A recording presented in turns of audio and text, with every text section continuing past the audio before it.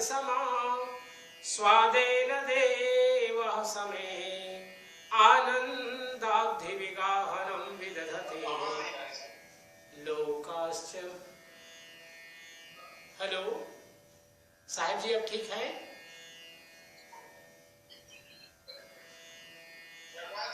अब ठीक है साहिब जी आवाज? ओके साहिब वाली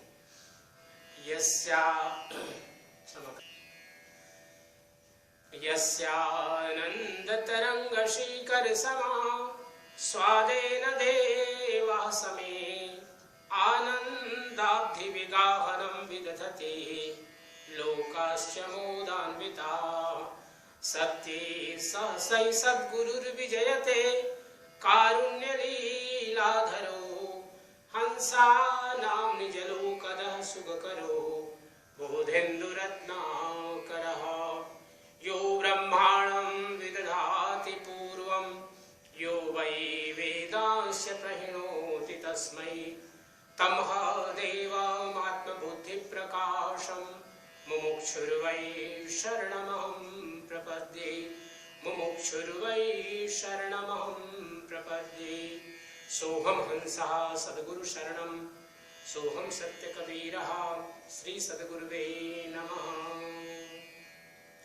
सभी आदरणीय महंत साहिबों, भक्त समाज, सभी के पावन चरण कमलों में, सदगुरु कबीर साहब के पावन चरण कमलों में, सदगुरु कबीर साहब के इस पवित्र धाम श्री कबीर काउंसिल मॉरिशस की ओर से साहे बंदगी, साहे बंदगी, साहे बंदगी।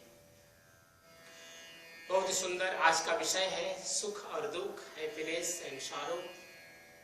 और हम सब जानते हैं सदगुरु कबीर साहब ने स्वयं कहा कि सुखिया सब संसार है, सुखिया सब संसार है, खावे और सोवे, दुखिया साहेब कबीर हैं, जागे और रोवे।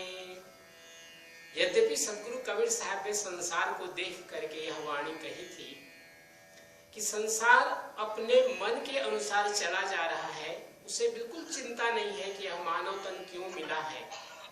और संभवतः इसीलिए कबीर साहब इस स्थिति को देख करके रोते हैं कि जो अनमोल समय हम सबको मिला है उसका मूल्य न समझ करके हम केवल अपने इंद्रिय सुखों की ओर भाग रहे हैं। क्योंकि हम सब जानते हैं सुख में हम आनंद मनाते हैं और दुख में रोते हैं और परमात्मा को स्मरण करते हैं।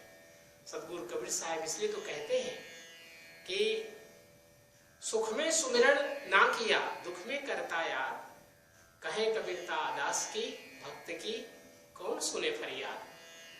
क्योंकि हम सब लोग की जीवन की स्थिति बिल्कुल यही है कि हम सब लोग सुख की कामना करते हैं और दुख तो कोई चाहता ही नहीं है। सुख के साधन और दुख के माध्यम हमारी इंद्रियां हैं। जैसे हम मुख से बोलते भी हैं और आहार भी ग्रहण करते हैं। हमारे जीवन में 6 प्रकार के रस हैं, जिसमें से हम सब लोग मीठा खाते हैं, खट्टा खाते हैं, नमकीन खाते हैं, और मिर्च तीखा खाते हैं, कशैला खाते हैं, कड़ुआ खाते हैं। इन सब का हम आनंद लेते हैं, लेकिन कब तक? जब तक ये सीमित रहता है, जब तक हम इसको अपने शरीर में पचा सकने के सामर्थ्य तक ग्रहण करते हैं। लेकिन जैसे ही हम इसको अधिक ग्रहण करते हैं, यही सुख हमारे लिए दुख में परिणत हो जाता है, दुख का कारण बन जाता है। अधिक मीठा खाएं मधुमेह हो जाएगा, अधिक खट्टा खाएं हमारे स्किन प्रॉब्लम शुरू हो जाएंगी, हम अधिक मिर्च खाएं हमारे शरीर में गर्मी अर्थात जलन की व्याधि हो सकती है। इसी प्रकार से जितने भी रस हैं हमारे जीवन में, उन सब का एक परिमापक है, अर्थात एक तौल है, उसी के अनुसार हम इसको ग्रहण कर सकते हैं। हमारी इंद्रियां माध्यम है हमारे सुख के, नेत्र के माध्यम से, घ्राण के माध्यम से, क्योंकि हम सुगंध ग्रहण करते हैं, दुर्गंध ग्रहण करते हैं, सुदृष्टि देखते हैं, कुदृष्टि देखते हैं। इसी प्रकार से हम श्रवण के माध्यम से अपने लिए प्रशंसा सुनते हैं और कभी कभी हम अपनी निंदा भी सुनते हैं। तो ये सभी माध्यम है जीवन में सुख के और दुख के। अगर हम मनोविज्ञान को देखें तो हर व्यक्ति चाहता है कि उसके जीवन में दुख कभी ना आवे, लेकिन मन कभी कभी आज के छोड़ करके कल की प्रत्याशा में कि कल शायद संभवतः सुख मिलेगा, आज को हम भूल जाते हैं।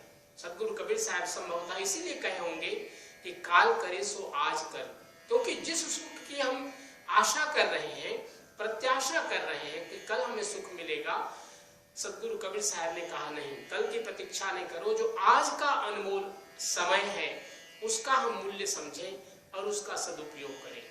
क्योंकि माया हमें खींचती है किस ओर? मोह की ओर खींचती है, और मोह में हमें क्या होता है? हम उसके प्रति आसक्ति ग्रहण करते हैं, अटैचमेंट। और जब आसक्ति होती है तो हमारे अंदर में इच्छाएं जागृत होती हैं, डिजायर्स जागृत होती हैं, और ये इच्छाएं जब हम पूर्ति नहीं कर पाते या जिनके माध्यम से चाहते हैं कि पूर्ति हो, अगर वो हमें पूर्ण नहीं करते हैं तो उनके प्रति हमें क्रोध होता है, उनके प्रति हमें दुख होता है कि हमें हमारे जीवन में हमने यह प्राप्त नहीं किया। तो सदगुरु कबीर साहब ने बहुत सी बातें अपने इस सुख और दुख के माध्यम के लिए कही हैं, क्योंकि ये जो बाहरी सुख और दुख है, जैसे कि हमने कहा इंद्रियां हमारे सुख के और दुख के ग्रहण करने के माध्यम है, और इन सब का जो मुख्य जगह है वह है हमारा मन। मन के जो सुख हैं वो क्षणिक होते हैं। हम सब जानते हैं कि जितनी भी इंद्रियां हैं जब हम उनका दुरुपयोग करते हैं तो वही हमारे शरीर के अंदर में व्याधियां पैदा करती हैं, रोग पैदा करती हैं। लेकिन एक आनंद है जो सदा बढ़ता है, वह है आत्मिक आनंद। सदगुरु कबीर साहब ने इस आत्मिक आनंद को जोड़ा, किसके साथ जोड़ा? सत्संग के माध्यम से, साधु संगति के माध्यम से, सार शब्द साधना की ओर जोड़ा, सहज योग की ओर बढ़ाया उन्होंने कि हे भक्तों, अपने जीवन में जो तुम प्राप्त कर रहे हो, जो भोगों को भोग रहे हो, उन भोगों को योग के माध्यम से अपने अंदर में ग्रहण करो, और यही हमारे लिए सुख के कारण बनते हैं। सदगुरु कबीर साहब ने तीसरा यंत्र में कहा, क्योंकि प्रश्न हुआ कि पाइए क्या, तो सदगुरु कबीर साहब ने उत्तर दिया, सुख की खोज में हम सब लोग हैं। सुख पाया गुरुदेव सो थीर भया मन मोर, निरखो आपा सर्व में ज्यों का त्यों है ठौर। क्योंकि जब तक हम बाहर की ओर ढूंढेंगे सुख को, तब तक हमें आंतरिक सुख की प्राप्ति नहीं होगी, क्योंकि बाहर तो सर्वम दुखम दुखम। भगवान बुद्ध ने यही कहा कि बाहर में समस्त प्रकार की व्याधियां, जैसे व्यक्ति के जीवन में अनेक अनेक प्रकार के रोग, फिर उसके बाद वृद्धावस्था का, मृत्यु का, सभी दुख के कारण बनते हैं। जन्म भी दुख है, जरा भी दुख है, मृत्यु भी दुख है। इन सब से प्राप्ति का एकमात्र कारण है, एकमात्र उपाय इनसे बचने का, कि हम अपने जीवन में परमात्मा को सभी के अंदर देखें। तो जब हम सभी के अंदर में देखेंगे, साहब कबीर कह रहे हैं कि निरखो आपा सर्व में, जिस प्रकार हम अपने लिए सुख चाहते हैं वैसा ही सुख दूसरों को दे, तो हमें कभी भी दुख की प्राप्ति नहीं होगी। और कहते हैं, होवे होनी होए सो होनहार सो होए, रामचंद्र बन को गए सुख आछत दुख होए। क्योंकि जो व्यक्ति सुख की आशा करता है और आशा जब पूर्ति नहीं होती तब उसको दुख होता है। जिस प्रकार भगवान राम वन में गए, क्यों गए? क्योंकि समस्त जो उनकी प्रजा थी वो चाहते थे कि वो अयोध्या के राजा बने, लेकिन सबको दुख हुआ क्योंकि भगवान राम वन को गए 14 वर्षों के लिए और अयोध्या सूनी पड़ गई। इसी प्रकार से और क्या कहते हैं कि जो यह तत्व विचार के राखे ही में पोय, सो प्राणी सुख को लहे दुख नहीं दर्शय कोई। अर्थात हमारे अंदर में जो तत्व है, ऐसे तो तत्व 5 तत्व हैं, लेकिन मुख्य तत्व है आत्म तत्व, जिसकी चर्चा सदगुरु कबीर साहब कर रहे हैं, क्योंकि ये तीनों साखियां उसी में से ली गई हैं, ये हमारा तीसरा यंत्र में से। और इसमें साहब कबीर कह रहे हैं कि जो प्राणी, जो मनुष्य अपने जीवन में आत्म तत्व की ओर बढ़ता है, क्योंकि तनधर सुखिया काहुन, बीजक में सदगुरु कबीर साहब ने कहा कि तनधर सुखिया काहुन देखा, जो देखा सो दुखिया, उदय अस्त की बात कहते हैं ताकर कर हुए का, बाटे बाटे सब कोई दुखिया का गिरही बैरागी, राजा दुखिया प्रजा दुखिया। ये सभी दुखी हैं। क्यों दुख है? क्योंकि आशा और तृष्णा से बंधे। आशा तृष्णा सबगढ़ व्यापे, कोई महल नहीं सुना। अर्थात हर व्यक्ति के जीवन में ये जो आशा और तृष्णा का महल बना रखे हैं हमने, जो प्रतिदिन प्रातः से लेकर शाम तक आशा और तृष्णा से में बह रहे हैं, यही दुख का सबसे बड़ा कारण है। सतगुरु कबीर साहब ने कहा, तब बचे हो जब राम ही जाने। जब हम परमात्मा तत्व का दर्शन करते हैं गुरु के माध्यम से, जब हमें आत्मिक साधना प्राप्त होती है, सुरति शब्द योग की साधना प्राप्त होती है, तब हम इस साधना के माध्यम से आत्म तत्व की ओर बढ़ते हैं। और जिस भक्त ने, जिस साधक ने, जिस संत ने इस आत्म तत्व की ओर बढ़ा, तो सब सुख तेरे पास, मुझे ही ऐसा हो रहो सब सुख तेरे पास। सतगुरु कबीर साहब ने कहा कि जो मैं तुम्हें उपदेश कर रहा हूं उसको अपने जीवन में अपनाओ तो तुम्हें कभी भी दुख की प्राप्ति नहीं होगी। एक शब्द सुख खानी है, एक शब्द दुख राशि, एक शब्द बंधन करे, एक शब्द गलत फांसी। शब्दों के बारे में सुख और दुख को जोड़ा सतगुरु कबीर साहब ने, क्योंकि सतगुरु हमें क्या देते हैं, गुरु मंत्र के माध्यम से उपदेश देते हैं कि जो हमारा जीवन है इसका हम मूल्य समझें, क्योंकि यह जीवन सत सुकृत करने के लिए है, अपकर्म करने के लिए, पाप कर्म करने के लिए। सत सुकृत की रहनी रहो। सतगुरु कबीर साहब ने आदेश दिया कि जीवन में सदा सत्य का आचरण करो और सुकृत अर्थात सुकर्म करो, कभी भी अपकर्मों की ओर, बुरे कर्मों की ओर न बढ़ो। सतगुरु कबीर साहब इसलिए कहते हैं कि ये जो शब्द हमें सतगुरु से प्राप्त होते हैं, ये हमारे जीवन के सभी दुखों को नाश कर देते हैं। सुखिया ढूंढत मैं फिरूं, सुखिया मिले न कोई, जाके आगे दुख कहूं पहले उठे रोए। सतगुरु कबीर साहब ने ये बहुत सुंदर बात कही है कि जब हम दूसरों के सामने अपना दुख बताते हैं तो पता चलता है तो व्यक्ति जिसको हम सुना रहे हो पहले से दुखी है, क्योंकि सतगुरु कबीर साहब ने कहा कि कोई भी संसार में सुखी नहीं है। और एक बहुत सुंदर बात कहते हैं कि भूप दुखी अवधूत दुखी, दुखी रंग विपरीत, कहे कबीर ये सब दुखी, सुखी संत मन जीत। अर्थात राजा दुखी है, सतगुरु कबीर साहब कह रहे भूप दुखी, भूप अर्थात राजा, राजा दुखी जबकि उस पास समस्त संपत्ति, सभी ऐश्वर्य, सबके सभी सुखों के उसके पास साधन है, फिर भी वो दुखी है।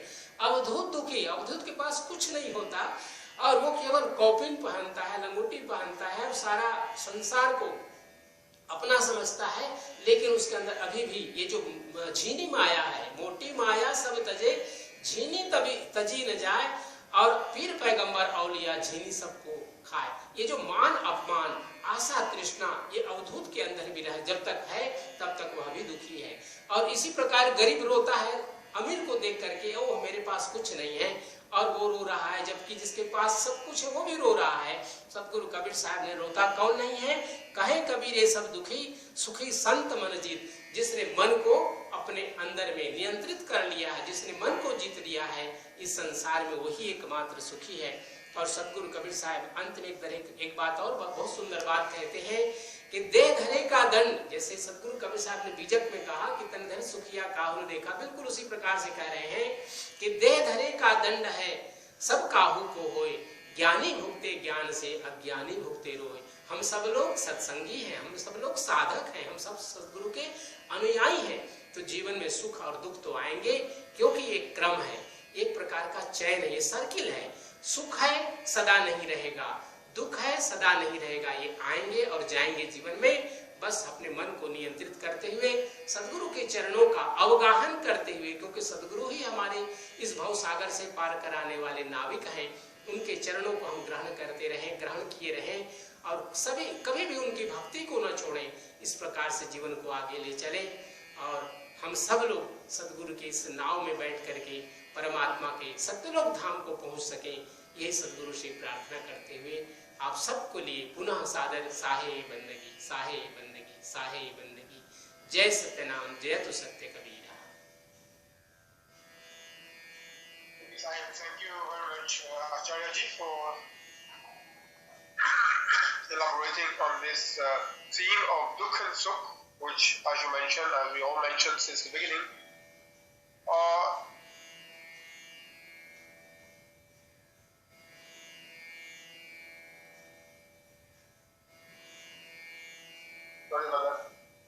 yes, I was saying that Sukh and Dukh are the two sides of one and the same coin, like you say.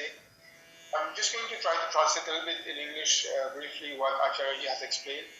So Kabir Sahib has given us so many sakhis, even in the Bijak and also in the Tisa Yantra, Sukhiya sab sansar hai, khaye aur soye. Sahib says that people who live the mundane life, they think that they are happy by just eating and sleeping.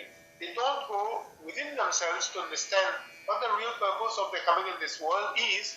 That's why they feel or they think they are happy, but that's not the real happiness that we're looking for. They live according to their mind. Our mind is a window to the external world, and wherever the mind pulls us is where we go, and we think that by gratifying our senses, we are deriving happiness from this world. We are trying to take happiness from what the world is offering us and thinking that this is the happiness I want and this is how I'm going to live happily in this world. People remember God when they are in misery, when they are unhappy. When they are not happy, then they remember God. But when they're happy, they are merrymakers. They just go and have parties. They just go and celebrate. They don't remember God at that time. That's why Sahib says, how can God remember you when you did not remember Him in your good times? Sahib also talks about how our senses are the means by which we are able to enjoy mundane life. And we think that by having that kind of enjoyment from the world, we will be happy. We took the example of how taste, being one of the aspects of our senses, can mislead us. Because if we think that we are going to be very happy by tasting something which is very sweet, we may also get diabetes. And like this, all the tastes that we have, whether it's bitter, whether it's sweet, salty, or whatever it is, none of them, if we take them in excess, is going to be good for us. So we have to have a right measure of what we intake, what we take in this world. Our senses are there to make us think that we feel happy by having those things, by following our desires, by fulfilling our desires. But ultimately, what those desires are doing to us, they are just trying to entangle us in Maya. And Maya is what leads us to attachment. And once we are attached to all those things that we think are going to fulfill us with happiness, we will be on the wrong path because we will not be able to go back to where we come. And in that situation where we are not able to get what we want, what we desire, then we get frustrated, we get angry, we get upset. And that state of frustration again is going to make us unhealthy. It's not going to lead us to happiness. So the real happiness is happiness of the self. When we are able to make our own true self happy, Atmik. That's why Sant Kabir Sahib taught us Sahaj Yoga, which means to be in union with God in a simple and easy way, not trying to go externally. Lord Buddha also talked about how this world is full of suffering. Sarvam dukkam dukkam, which means that everywhere we see we go, we only and only can find suffering. Birth is suffering, death is suffering, and the thing in between also is loss of suffering. The other things also which tends to pull us more in suffering is expectations. When we keep expectations, what does expectation mean? We expect something to happen in the future, tomorrow. When we are doing that, we are not living the present moment. We are not really living the moment that we are in right now. We are just expecting something to happen, expecting.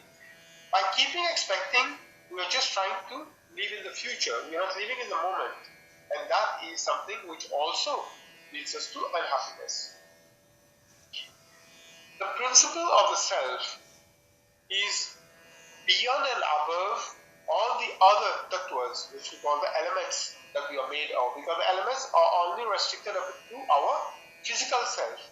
But the Atma Tattva, which is our subtle self, is what we have to make happen. And to do that, we have to go in an inner journey. We have to be realistic. We have to be able to realize God.